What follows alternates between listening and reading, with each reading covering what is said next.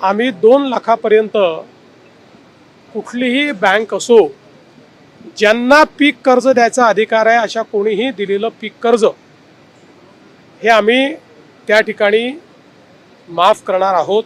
आम्ही 2 लाखापर्यंत कुठलीही बँक असो, ज्यांना पीक कर्ज द्यायचा अधिकार आहे अशा कोणीही दिलेलं पीक कर्ज हे आम्ही त्या ठिकाणी माफ करणार आहोत।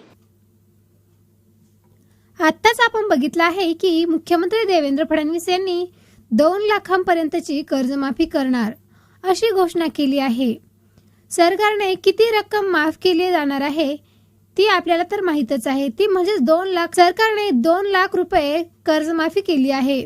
प्रत्येक योजनेनुसार ही वेगळी सुद्धा असू शकते। काही वेळा ठराविक मर्यादेपर्यंत कर्ज माफ केलं जातं, जसं की 1 लाख किंवा 2 लाख रुपयांपर्यंत।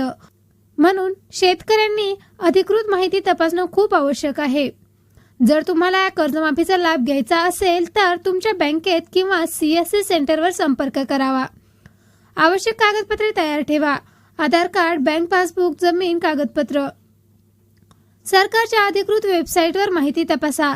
योग्य वेळी अर्ज करणं खूप महत्त्वाचं आहे। शेतकऱ्यांना कोणत्याही अफवांवर विश्वास ठेवू नका, फक्त सरकारच्या अधिकृत घोषणांवरच विश्वास ठेवा।